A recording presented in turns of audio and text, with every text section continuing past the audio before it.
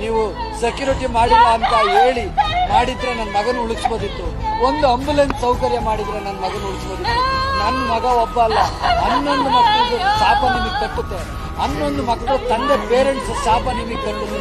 ನಿಮಗೆ ತಟ್ಟಿದಾಗ್ಲೇ ಆಗುತ್ತೆ. ಇದರಿಂದ ನನ್ನ ಮಗ ಕ್ರಿಕೆಟ್ ಉತ್ಸಾಹಪ್ಪ. ಏನಾಗಿತ್ತು ಅವತ್ತಿನ ಸ್ಕೂಲ್ಗೆ ಹೋಗ್ತಿಲ್ಲ ಅಂತ ಹೇಳಿದ್ರಿ 7 kg ಟೀಸ್ ತರ್ತಂತ ವಾದ. ಟೀಸ್ ತಂದು ಮನೆಗೆ ಇಟ್ಟ ಏನೋ ಗೊತ್ತಿಲ್ಲ. ನಾವು ಬೇರೆ ಕಡೆ ಕೆಲ್ಸಕ್ಕೆ ಹೋಗಿದ್ದೀವಿ. ಕ್ರಿಕೆಟ್ಗೆ ಹೋಗ್ತೀನಿ ಅಂತ ಹೇಳಿಲ್ರಿ.